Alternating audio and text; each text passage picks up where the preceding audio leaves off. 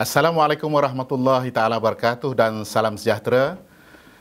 Saya Asisten Komisioner Polis Muhammad Ismail bin Muslim, Ketua Jabatan Integriti dan Pematuhan Standard Kontijen Polis Selangor, mengucapkan selamat petang dan mengalu-alukan peserta-peserta kursus dari program Malaysian Corruption Watch pada hari ini. Dan saya telah diamanahkan untuk menyampaikan tajuk Integriti, Peraturan dan Undang-Undang. Tuan-tuan yang dihormati sekalian, Dewan Bahasa dan Pustaka mentarifkan integriti sebagai kejujuran dan ketelusan untuk mempertahankan nama baik daripada sebarang bentuk penyelewengan. Peraturan pula menurut Kamus edisi kedua, segala yang telah ditentukan dan mesti dipatuhi. Jadi setiap kita hidup di dunia ini mempunyai peraturan yang perlu dipatuhi. Ya? Dan undang-undang pula adalah sesuatu peraturan atau keseluruhan peraturan yang digubal atau dibuat oleh kerajaan dan mesti dipatuhi oleh masyarakat keseluruhannya. Integriti yang dikaitkan dengan kejujuran dan ketelusan merupakan nilai moral yang boleh dilihat melalui tingkah laku dan perkataan individu. Penting untuk kejayaan sesebuah organisasi dan negara, tetapi wujud salah laku yang mencemarkannya. Bukan saja salah guna rasuah yang menggadaikan maruah, tetapi turut melibatkan isu-isu nilai dan etika. Tuan-tuan dan puan-puan sekalian, kita pasti inginkan negara yang maju, ya. Tetapi tanpa integriti, rakyat dan kerajaan akan menghadapi masalah krisis integriti dan ini akan menjejaskan pembangunan sesebuah negara. Manakala setiap organisasi mempunyai peraturan tersendiri untuk memastikan tidak wujud perilaku yang melanggar norma ataupun disiplin. Peraturan mempunyai penguatkuasaan, undang-undang jika berlaku pelanggaran peraturan akan nampak kelihatan. Jika dilihat dalam konteks kerajaan, terdapat peraturan-peraturan pegawai awam, kelakuan dan tata tertib 1993 yang diguna pakai sejak 1993 hingga kini. Dan sebarang perbuatan yang melanggar peraturan akan dikenakan tindakan tata tertib. Dan ini merupakan suatu peraturan yang paling mustahak, khususnya di kalangan pegawai awam. Seseorang individu yang berintegriti akan mematuhi peraturan walaupun di dalam apa jua situasi. Sebab itu, bagi mereka yang melanggar peraturan, akan diambil tindakan tertib di bawah peraturan 4/2, Peraturan-Peraturan Pegawai Awam, Kelakuan dan Tertib 1993. Undang-undang memberi peruntukan kepada kesalahan melibatkan salah laku yang menjejaskan integriti. Sebagai contoh, apabila kita melanggar sesuatu undang-undang, ya, di mana jua kita berada, apapun alasan kita, kita tetap akan menerima balasan melalui siasatan yang dibuat oleh pihak berkuasa yang berkenaan. Jadi kalau kita lihat ketika ini, ya, isu-isu melibatkan pemandu mabuk, pelanggaran peraturan kawalan perintah pergerakan, sama ada daripada kawalan perintah pergerakan yang pertama, fasa pertama hinggalah fasa yang ketujuh ini. Ya, kita telah diberi tanggungjawab, diberi amanah untuk menentukan supaya kita mematuhi peraturan-peraturan pencegahan dan pengawalan penyakit 2020. Ini penting bagi menentukan supaya semua masyarakat menjaga diri masing-masing dan menentukan kita dapat memerangi wabak COVID-19 dengan jayanya. Dan Alhamdulillah dengan kerjasama dan pematuhan oleh masyarakat kini, negara hampir bebas dan insya-Allah akan keluar daripada wabak COVID-19 sedikit masa lagi. Jadi tuan-tuan, masyarakat semua harap dapat bersabar kerana usaha gigih kerajaan dan semua barisan hadapan, sama ada daripada pihak Kementerian Kesihatan Malaysia, daripada pasukan keselamatan, daripada Polis Diraja Malaysia, Angkatan Tentera Malaysia, Jabatan Pertahanan Awam dan sebagainya. sama-sama menuntut masyarakat supaya mematuhi, dan ini penting supaya kita dapat memutuskan terus rangkaian wabak COVID-19 ini. Tuan-tuan dan puan-puan sekalian, pada 1 Jun 2020, kerajaan telah meminda Seksyen 17A Akta Suruhanjaya Pencegahan Rasuah Malaysia 2019 untuk meletakkan corporate liability dikuatkuasakan. Ini penting bagi menentukan supaya semua institusi yang menjana keuangan, iaitu syarikat-syarikat corporate, sama ada yang disenaraikan sebagai GLCs ataupun tidak, dapat memainkan peranan untuk menentukan supaya pematuhan dan integriti di dalam sektor korporat dapat dilaksanakan dan seterusnya dipatuhi. Bagi mereka yang gagal, khususnya Board of Director dan lembaga pengarah syarikat bertanggungjawab dan akan dihadapkan ke muka pengadilan sekiranya mereka melakukan apa-apa perbuatan yang menyalahi peraturan dan undang-undang, khususnya melibatkan salah guna kuasa dan rasuah. Ini penting untuk menentukan supaya syarikat-syarikat di Malaysia, khususnya syarikat berkait dengan kerajaan, dapat melaksanakan tanggungjawab sosial, dapat memberi keuntungan kepada GDP dan seterusnya memacu negara ke arah negara maju. Tuan-tuan dan puan-puan sekalian, isu-isu di dalam penjawat awam menjadi tumpuan kepada masyarakat masa kini.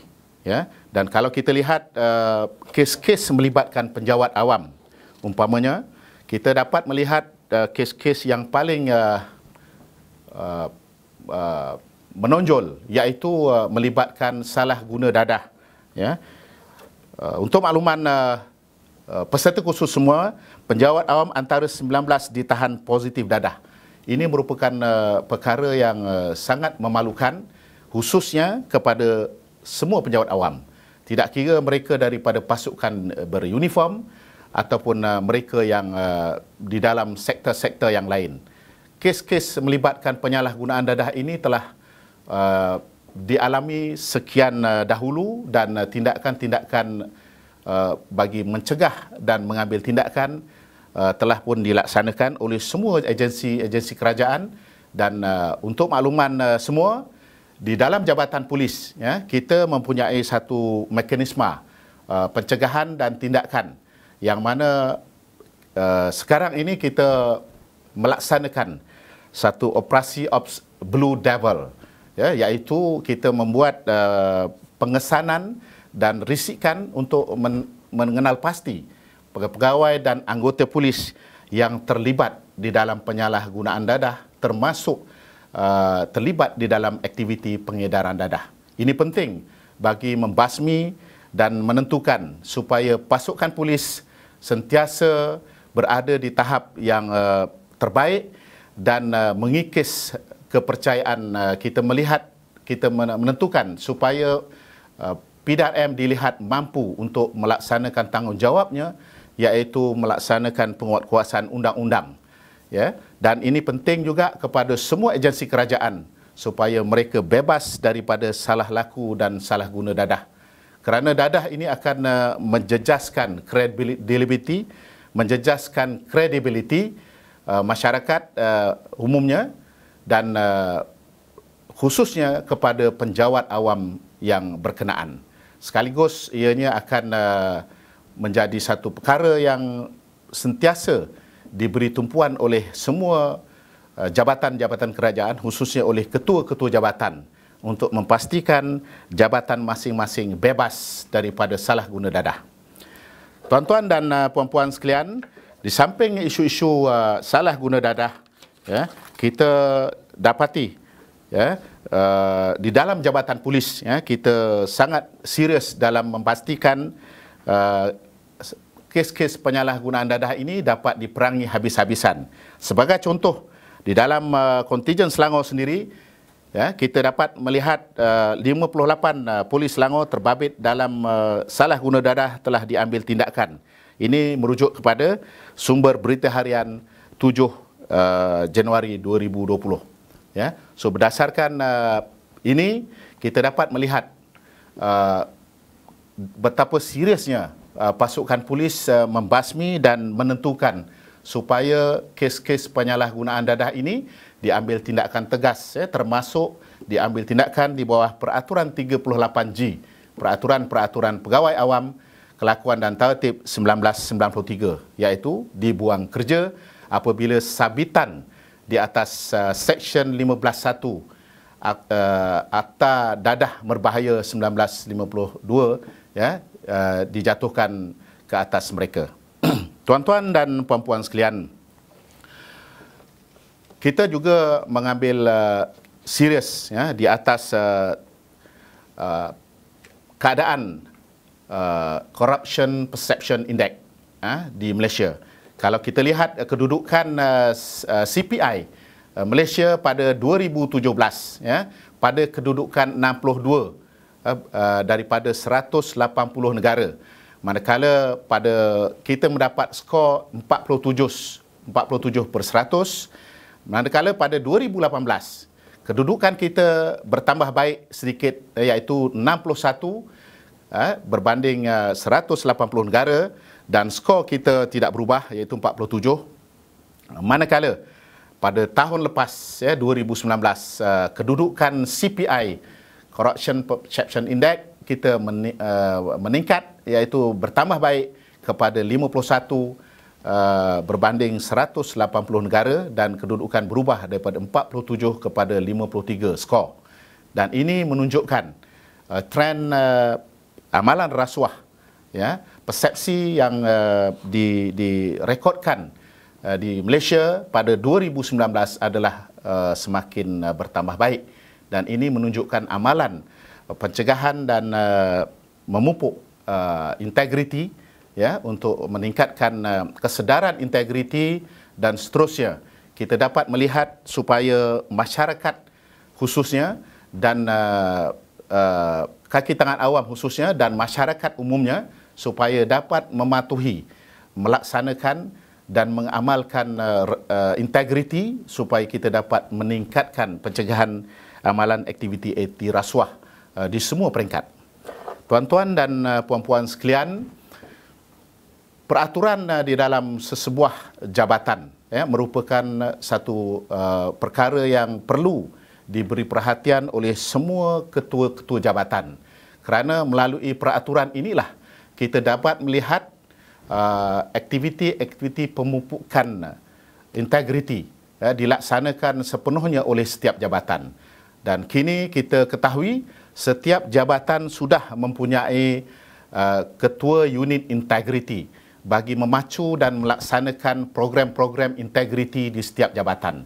Manakala di dalam Jabatan Polis sejak 2014, Jabatan Integriti dan Pematuhan Standard telah pun ditubuhkan bagi memperkasakan pasukan polis supaya kita dapat menyemai amalan-amalan dan pemupukan nilai-nilai integriti kepada peringkat yang lebih baik berbanding sebelum ini. Dan pucuk pimpinan PDRM khususnya di bawah teraju yang dihormati Tan Sri Ketua Polis Negara, iaitu Tan Sri Datuk Seri Abdul Hamid bin Bado, Ketua Polis Negara, dan bersama barisan kepimpinan PDRM memandang serius kepada isu-isu integriti ini perlu diberi perhatian oleh pucuk pimpinan dan seterusnya oleh semua CP dan pesuruhjaya polis di seluruh negara. Jadi kami sebagai Ketua Jabatan Integriti di peringkat kontijen, yang diterajui oleh yang dihormati Komisioner Polis Datuk Zamri bin Yahya, Pengarah Jabatan Integriti dan Pematuhan Standard, mementingkan dan memberi keutamaan kepada pemupukan integriti, dan seterusnya kita mengambil langkah-langkah pembetulan dan penambahbaikan kepada semua elemen-elemen pematuhan, dan seterusnya mengambil tindakan tegas kepada semua lapisan, tidak mengira pegawai ataupun anggota yang didapati melakukan kesalahan kesalahan-kesalahan yang boleh dikategorikan pelanggaran peraturan dan undang-undang di dalam pasukan. Jadi saya berharap ini merupakan satu tindakan ataupun usaha-usaha yang berterusan di kalangan kita sebagai penjawat awam untuk menentukan supaya setiap jabatan dan agensi dapat melaksanakan tugas-tugas dan tanggungjawab masing-masing sebagaimana yang diamanahkan oleh kerajaan. Tuan-tuan dan puan-puan sekalian, saya ingin menarik perhatian tuan-tuan dan puan-puan di bawah skop peraturan 4 peraturan pegawai awam kelakuan dan tertib 1993 yang mana jelas dinyatakan bahawa di bawah peraturan 1 umpamanya seseorang pegawai hendaklah pada setiap masa memberikan taat setia kepada Yang di-Pertuan Agong negara dan kerajaan. Dan pegawai hendaklah sentiasa menjaga, memelihara dan mempertahankan kedaulatan dan maruah negara, hormat dan patuh kepada undang-undang serta berusaha untuk berbakti kepada negara. Sebab itu undang-undang menentukan supaya pematuhan kepada taat setia kepada Yang di-Pertuan Agong itu merupakan prasyarat kita berkhidmat di dalam perkhidmatan awam. Dan sebarang pelanggaran peraturan ini boleh dikenakan tindakan tertib di bawah peraturan 38 ya, 38 peraturan pegawai awam kelakuan dan tertib 1993. Dan contoh-contoh yang berkait dengan kesalahan ini seperti bersubahat dengan musuh negara, ya, membocorkan rahsia kerajaan, ya, memburuk-buruk serta memperkecilkan dasar serta tindakan kerajaan. So ini semua adalah merupakan kesalahan-kesalahan yang besar. Dan kalau kita lihat kes-kes melibatkan menderhaka kepada Yang di-Pertuan Agong YDPA, beberapa kes yang telah kita ambil tindakan, iaitu yang pertama ialah kes melibatkan kumpulan Al-Maunah, ya, yang mana telah dituduh melakukan penderhakaan kepada Yang di-Pertuan Agong sehingga membawa hukuman penjara dan hukuman mati dikenakan. Ya, ini merupakan satu kesalahan di bawah undang-undang. Dan begitu juga kes di bawah operasi daulat, ya, Ops Daulat yang berlaku sebelum ini juga merupakan penderhakaan kepada Yang di-Pertuan Agong. Dan ini merupakan kesalahan serius, bukan saja melibatkan peraturan tetapi undang-undang utama negara, ya, di bawah Perlembagaan Malaysia. Tuan-tuan dan puan-puan sekalian, saya ingin merujuk kepada kes yang menjadi isu baru-baru ini, iaitu melibatkan pemandu mabuk. Ya. Kalau kita lihat statistik menunjukkan kes-kes pemandu mabuk semakin meningkat, dan ini memerlukan tindakan penguatkuasaan, ya, tindakan penguatkuasaan dan juga undang-undang berkaitan jika perlu dipinda bagi menentukan supaya pesalah-pesalah yang terlibat, ya, diambil tindakan tegas. Ya.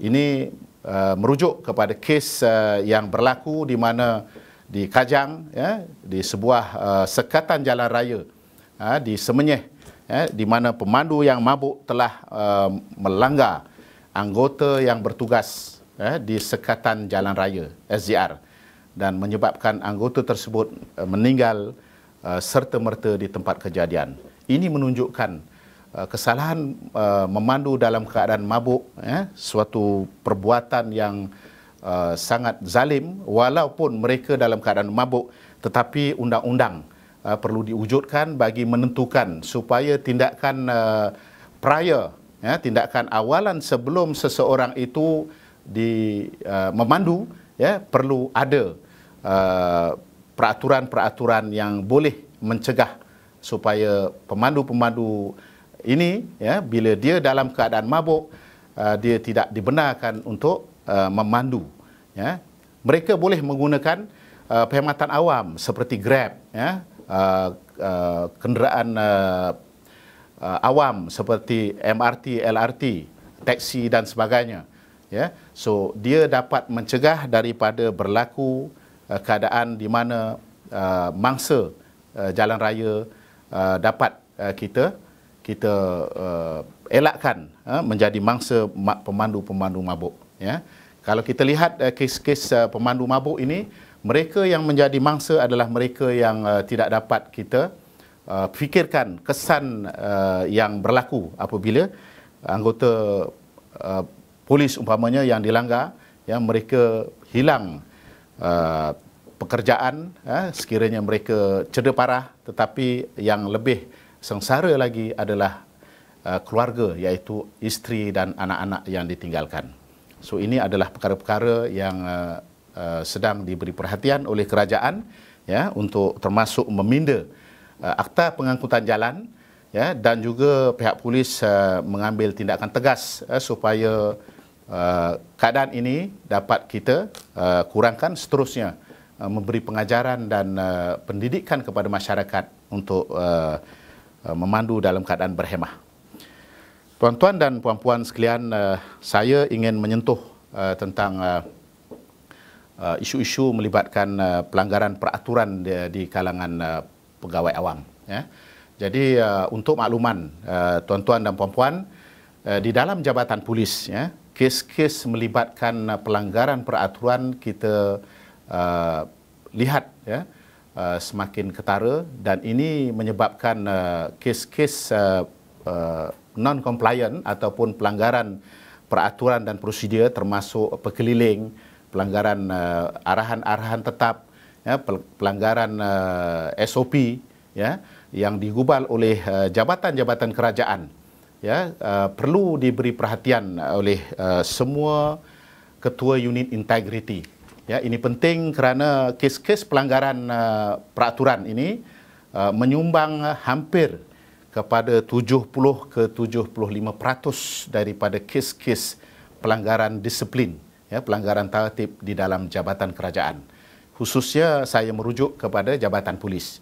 Ya. Jadi kes-kes ini dianggap kesalahan engkar perintah kepada segala peraturan yang wujud. Ya. Dan di bawah kes pelanggaran engkar perintah ini, kita melihat kepada kecenderungan, ya, pegawai awam yang gagal mematuhi peraturan bolehlah dianggap sebagai tidak ataupun kurang berintegriti di dalam melaksanakan tugas. Ya. Jadi merujuk kepada peraturan 4/2/I, iaitu seseorang pegawai tidak boleh ingkar perintah. Ya. Iaitu contoh pelanggaran peraturan 4/2/I di bawah PPA 1993, membantah atau melawan pegawai atasan atau tidak mematuhi arahan-arahan semasa pasukan ataupun arahan semasa jabatan.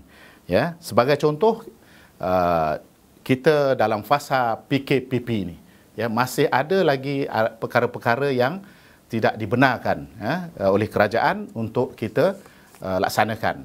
Sebagai contoh, sukan yang melibatkan body contact ataupun melibatkan sentuhan badan, ya, ini masih lagi tidak dibenarkan.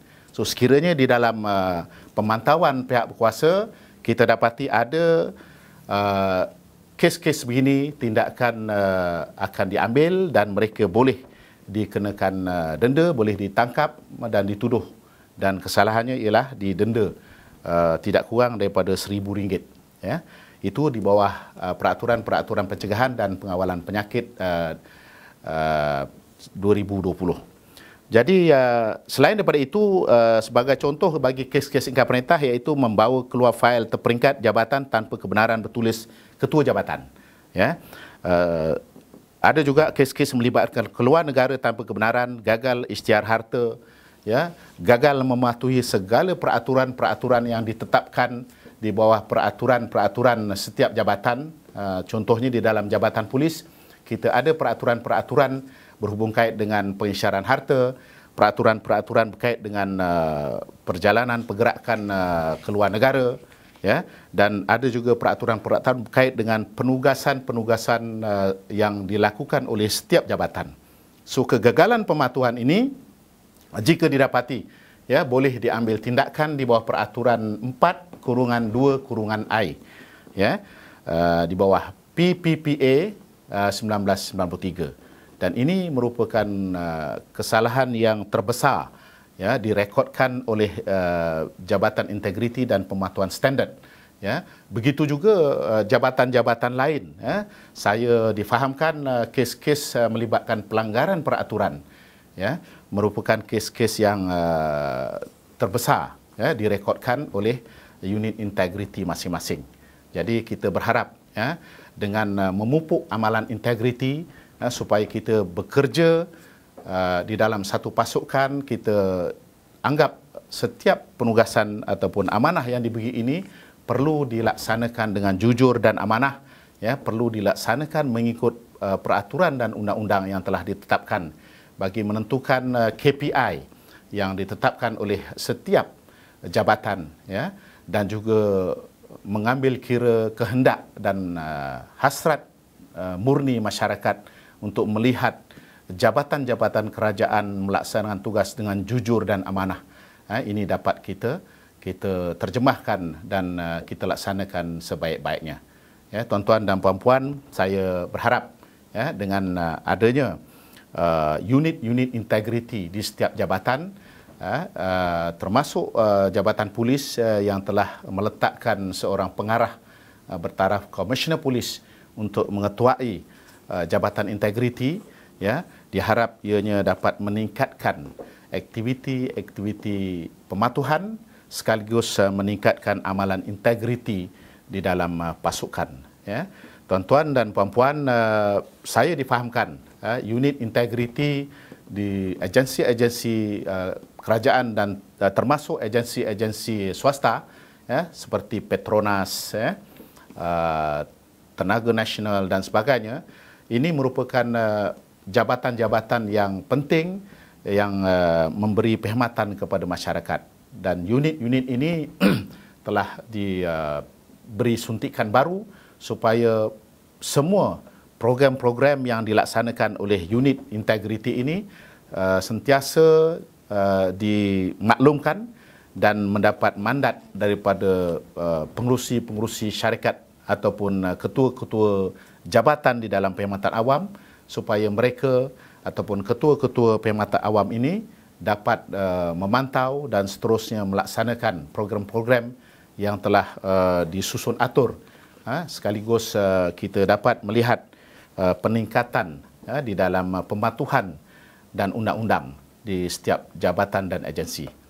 Jadi saya mengharapkan, ya, dengan adanya program-program yang dilaksanakan oleh setiap agensi melalui unit integriti masing-masing, ianya dapat meningkatkan amalan integriti dan seterusnya kita dapat menentukan aktiviti-aktiviti pencegahan daripada berleluasa, ya, aktiviti pencegahan bagi menentukan kegagalan pematuhan ataupun pelanggaran peraturan dan prosedur oleh penjawat-penjawat awam di semua peringkat, ya, sama ada di agensi kerajaan maupun swasta, dapat dikawal dan seterusnya kita meminimalkan kes-kes pelanggaran peraturan dan undang-undang oleh mereka.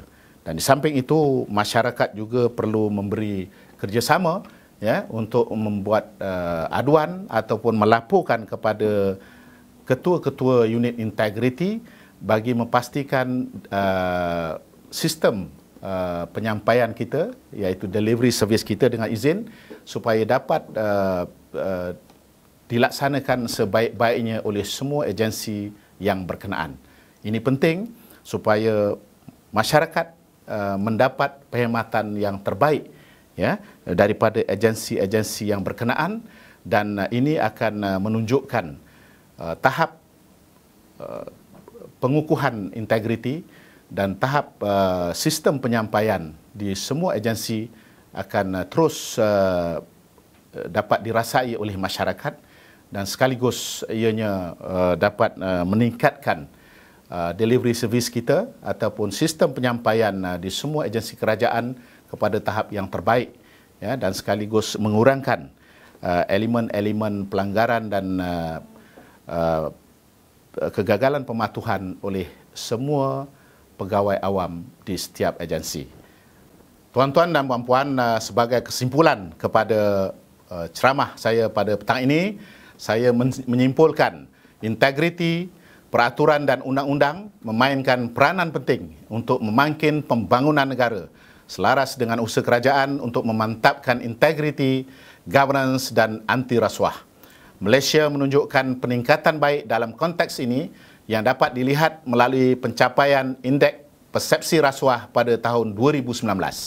Justru setiap individu bertanggungjawab untuk menjadi seorang yang berintegriti bagi memastikan Malaysia dikenali dengan peningkatan integritinya. Tidak kira sama ada mereka daripada penjawat awam maupun masyarakat Malaysia pada amnya. Jadi dengan kata-kata itu saya mengharapkan supaya marilah kita sama-sama meningkatkan integriti di dalam diri kita, di dalam keluarga kita dan masyarakat. Mudah-mudahan dengan peningkatan integriti, aktiviti pematuhan peraturan dan undang-undang semakin baik di Malaysia. Sekian wabillahi taufiq wal hidayah. Assalamualaikum warahmatullahi taala wabarakatuh.